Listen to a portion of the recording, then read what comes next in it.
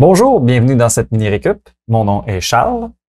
Dans cette vidéo, on va parler des opérations sur les fonctions, c'est-à-dire l'addition, la soustraction, la multiplication et la division de fonctions, ainsi que les compositions de fonctions. Cette vidéo s'adresse aux élèves de secondaire 5, mais les notions qui sont vues là-dedans vont être utilisées au niveau supérieur. Alors, c'est parti! Avant de se lancer dans les opérations en tant que telles, il faut parler du domaine résultant. Par exemple, ici, j'ai deux fonctions racine carrée. Donc, j'ai la fonction k de x en jaune, que son domaine va de 0 à l'infini. Puis, en bleu, la fonction p de x, que son domaine va de moins l'infini jusqu'à 16. Après 16, cette fonction-là n'existe même pas. Donc, je ne pourrais pas l'additionner avec une autre fonction, ni soustraire ou quoi que ce soit. Donc, le domaine résultant, c'est vraiment la portion qui existe pour les deux, c'est-à-dire la partie de 0 à 16. Autrement dit, c'est l'intersection des deux domaines. On va s'en préoccuper tout le long. Des fois aussi, il y a d'autres restrictions qui arrivent au niveau du domaine. Par exemple, s'il y a une division, on sait qu'on ne doit pas diviser par 0, donc il va falloir en tenir compte. On va en parler aussi en temps et lieu. Maintenant, on va y aller avec l'addition de fonctions. Donc, pour additionner deux fonctions, il faut additionner les termes semblables de leurs règles. Par exemple, si j'ai les fonctions f de x, qui est une fonction du second degré, et g de x, qui est une fonction du premier degré, alors f plus g de x, c'est la même chose que f de x plus la fonction g de x. On les a placés entre parenthèses. Ensuite de ça, les parenthèses ne sont pas nécessaires. Donc, ça veut dire que je peux les enlever. Je vais écrire sans les parenthèses. 3x2 plus 5x moins 4 plus 12x moins 1.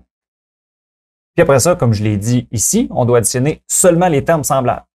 Donc, 3x au carré, c'est le seul terme au carré. Donc, je le réécris. Ensuite de ça, j'ai plus 5x plus 12x, ce qui donne plus 17x. Et finalement, moins 4 moins 1, ce qui donne moins 5. Donc, en additionnant une fonction du second degré et une fonction du premier degré, on obtient une nouvelle fonction du second degré. Maintenant, le domaine de mes deux fonctions. Le domaine de mes deux fonctions était les réels. Donc, il n'y a pas vraiment de restriction. Ça veut dire que le domaine de la fonction f plus g de x sera les réels également. On va maintenant regarder un deuxième exemple d'addition de fonctions. Donc, si j'ai la fonction h de x qui est une fonction affine et la fonction i de x qui est une fonction sinus, alors j'écris mes deux fonctions. Ensuite, j'additionne, donc avant d'additionner, j'enlève les parenthèses. Donc, 4x plus 3 sans les parenthèses. Plus le sinus de x moins 3. Plus 3. Alors, on peut additionner seulement les termes semblables. Donc, je vais pouvoir additionner seulement ce plus 3-là avec celui-ci.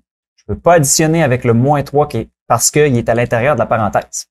Donc, le moins 3 il fait partie de l'argument du sinus. Je ne peux pas l'additionner avec les autres 3. Donc, pour écrire ma réponse, je vais écrire le terme sinus en premier. Donc, sinus de x moins 3. Ensuite, le terme en x, donc plus 4x. Et finalement, les termes constants à la fin, donc 3 plus 3, 6. Donc, c'est la fonction que ça nous donne. Maintenant, le domaine de la fonction h de x, c'était les réels. Le domaine de la fonction i de x, qui est une fonction sinus, c'est les réels. Donc, le domaine de la fonction résultante, h plus i de x, c'est les réels également. Maintenant, si on trace cette fonction-là dans un graphique, on ne te demandera pas nécessairement de le faire, mais par curiosité, si on le trace dans un graphique, ça donne une espèce de fonction affine ondulée. On va appeler ça comme ça. C'est pas une fonction que tu as vue en classe, c'est pas un problème. Donc, quand on additionne des fonctions, finalement, ça se peut que ça nous donne une fonction qui n'a pas été vue en classe, mais c'est une fonction qui existe quand même. Pour ce qui est de la soustraction de fonctions, on ne doit pas oublier de distribuer la soustraction correctement, puis ensuite additionner ou soustraire les termes semblables, si c'est possible. On va regarder ça avec un exemple.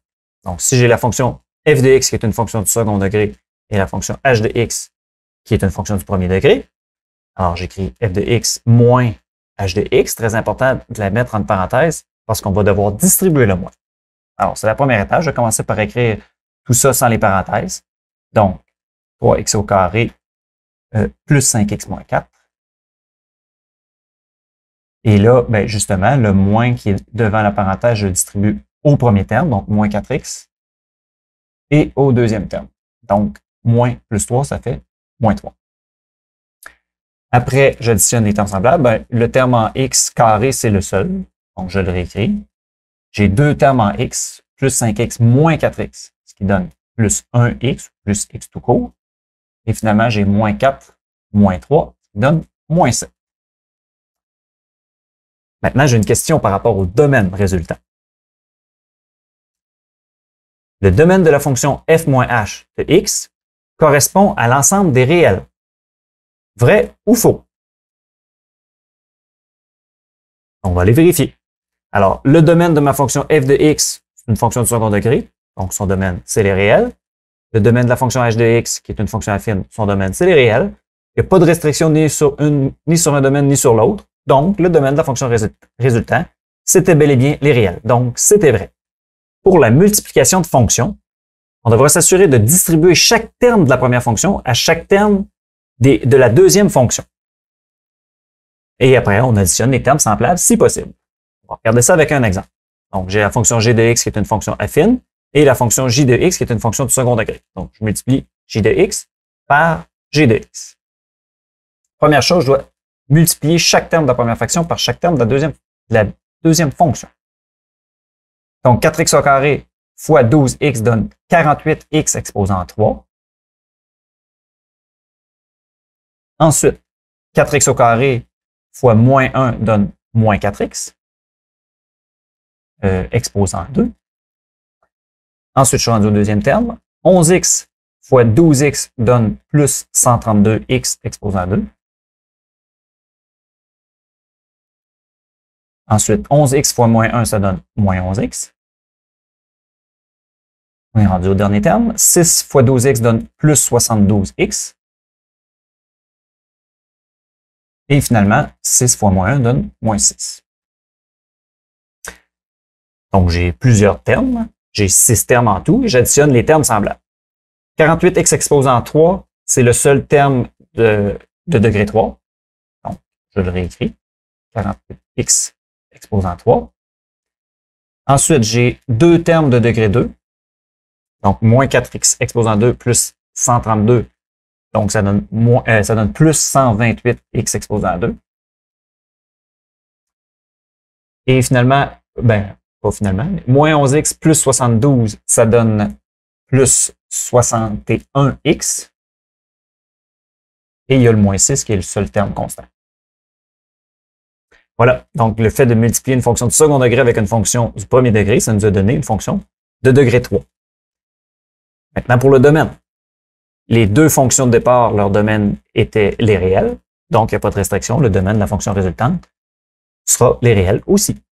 Pour ce qui est de la division de fonctions, il y a deux possibilités. On peut utiliser la factorisation ou faire une division euclidienne. Et pour ce qui est de la division de fonctions, il va falloir faire très attention aux restrictions parce que le dénominateur doit être différent de 0 dans une fraction ou dans une division. Au fond, le diviseur doit être différent de 0. Alors, si j'ai j divisé par h de x, il faut diviser la fonction j de x, qu'on a ici, qui est une fonction du second degré, par h de x, qui est une fonction du premier degré. Donc, on se retrouve avec une fraction ou une expression rationnelle. Maintenant, c'est difficile de simplifier. Je ne peux pas simplifier le 4 avec le 4. Pour être capable de simplifier, il faut factoriser notre numérateur et notre dénominateur. Si notre dénominateur, il n'y a pas de factorisation qu'on peut faire. Par contre, au numérateur, on peut faire une factorisation par somme produit. Et si on fait cette factorisation-là, on obtiendrait x plus 2 fois 4x plus 3. Donc, c'est ce qu'on obtiendrait au numérateur. Comme j'ai dit tout à l'heure, au dénominateur, on ne peut pas factoriser. Et là, je me rends compte que j'ai un facteur identique en haut et en bas, c'est-à-dire 4x plus 3. Je peux donc simplifier mes deux facteurs. Et il reste simplement x plus 2. X plus 2, pardon. Donc, la division de deux fonctions, dans ce cas-ci, dans notre exemple précis, a donné tout simplement une fonction affine. Maintenant, on peut utiliser le domaine. Le domaine des deux fonctions de départ, c'était les réels. Donc, le domaine de notre fonction j divisé par h de x, c'est les réels. Pourquoi sauf moins 3 quarts? Parce que, j'en ai glissé un mot ici, il faut que le dénominateur soit différent de 0. Donc, je vais aller regarder mon dénominateur que j'avais ici, qui est 4x plus 3. 4x plus 3. Cette expression-là doit être différente de 0. Je vais aller calculer ça ici. Il faut que 4x plus 3 soit différent de 0. Donc, il faut que 4x soit différent de moins 3. Si je divise par 4, ça veut dire que x doit être différent de moins 3 quarts. Donc ça, c'est une restriction qui vient s'ajouter parce que les domaines de mes deux fonctions de départ n'avaient pas de restriction en tant que telle. Mais si je veux diviser par l'expression 4x plus 3, il faut que x soit différent de moins 3 quarts. C'est pour ça que dans le domaine de la fonction j divisé par h de x, son domaine, c'est les réels, sauf la valeur moins 3 quarts. On fait un autre exemple de division de fonction, cette fois-ci avec la méthode de la division euclidienne. Donc, j'ai g sur h de x, donc c'est une division écrite sous forme de fraction cette fois-ci. Donc, g de x divisé par h de x. G de x est une fonction affine, on l'a ici de ce côté-ci. Et 4x plus 3, h de x est une fonction affine aussi. En fait, c'est la même fonction affine que l'exemple précédent, donc on va avoir la même restriction, c'est-à-dire que x doit être différent de moins 3 quarts pour que le dénominateur vale 0. Ensuite, cette fonction-là, dans le fond, c'est une fonction rationnelle. C'est-à-dire une fonction affine divisée par une fonction affine. On peut l'écrire d'une autre façon. Pour arriver à l'écrire sous la forme canonique, il faut effectuer la division euclidienne, c'est-à-dire 12x moins 1 divisé par 4x plus 3. Donc, c'est la division, dans le fond, avec le crochet. Alors, je me questionne, combien de fois je peux rentrer 4x dans 12x? 3 fois seulement. 3 fois 4x donne 12x. Et 3 fois 3 donne 9. Ensuite, je soustrais les deux termes. Donc, 12x moins 12x, ça disparaît. Parfait, c'est ce qui était voulu. Et moins 1 moins 9 donne moins 10. Non, pas moins 8, il faut faire attention. Là, j'ai tous les éléments pour réécrire ma fonction g sur h de x. Donc, g sur h de x sera moins 10, qui est mon reste, sur mon diviseur, qui est toujours 4x plus 3,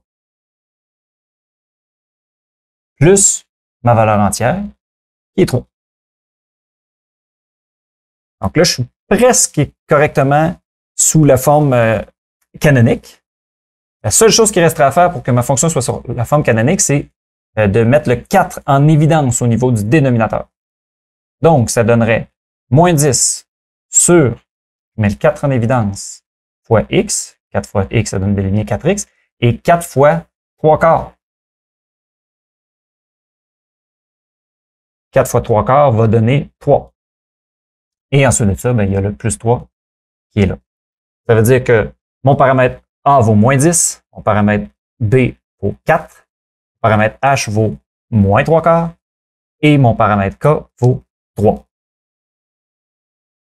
Maintenant, quel est le domaine de ma fonction résultante? Si le domaine de ma fonction G et de ma fonction H étaient les réels, il n'y avait pas de restriction à ce niveau-là. Mais le domaine de la fonction résultante va donc être les réels, sauf la valeur moins 3 quarts. Maintenant qu'on a vu les opérations arithmétiques de base sur les fonctions, donc addition, soustraction, multiplication, division, on va voir une nouvelle opération qui est la composition de fonctions. Ici, j'ai un petit schéma pour nous aider à comprendre. Alors, si on part d'un ensemble, d'un élément A qui est dans l'ensemble de départ, et qu'on insère cet élément-là dans une fonction f, on va obtenir l'élément b. Ensuite, l'élément b, on l'insère dans la fonction g, et on obtient l'élément c qui est dans l'ensemble d'arrivée. Une composition de fonctions, donc la composition g rond f, ce symbole-là se dit rond, nous permet de passer directement de l'élément A à l'élément C, mais sans passer par B. Donc, on sauve un peu de temps en quelque sorte. Donc, G rond f de x, c'est G de f de x. Autrement dit, dans la fonction G de x, on remplace la valeur x par la valeur f de x, par la fonction f de x au complet. On va voir des exemples pour que ça soit plus clair. Il faut faire très attention. Le symbole de composition, c'est un petit rond, qui se dit rond. Et le symbole, il ne faut pas le mélanger avec le symbole de multiplication. Multiplication qu'on voit à plusieurs endroits, qui est un point, tout simplement. Alors, allons-y avec un exemple. Si j'ai G et H, donc G de x qui est 12x moins 1 et H de x qui est 4x plus 3. Si je veux faire g rond h de x, alors ce que je fais, ça devient g de h de x. Donc, dans la fonction g, j'insère la fonction h de x. C'est-à-dire que dans la fonction g, je mets 4x plus 3 qui est la fonction h de x. La fonction g, c'est quoi? Ben, c'est 12x moins 1. Ça veut dire que c'est la valeur x qu'à la place d'écrire juste x, je vais écrire la fonction h de x au complet. Donc, ça devient 12. Là où il y aurait x, ben, je mets ma fonction h de x qui est 4x plus 3. Puis après ça, moins 1 qui est la valeur constante de la fonction g de x. Puis après, ben, je vais réduire ça en distribuant. Donc, 12 fois 4x, ça donne 48x. 12 fois 3, ça donne plus 36. Et il y a ce moins 1 là qu'on ne doit pas oublier. Et s'il y a des termes semblables, ben, on les additionne. Donc, j'ai un seul terme en x, je le réécris, 48x. Puis, les deux derniers termes sont des termes semblables. Donc, plus 36 moins 1, ça fait plus 35. Donc, en faisant la composition de ces deux fonctions affines-là, ça m'a donné une nouvelle fonction affine. Cette fonction affine-là permettrait de passer directement de l'élément A à l'élément C sans passer par l'élément B. J'ai une petite question avant d'aller plus loin. La composition de fonction est commutative, c'est-à-dire que g rond h de x est égal à h rond g de x. Vrai ou faux?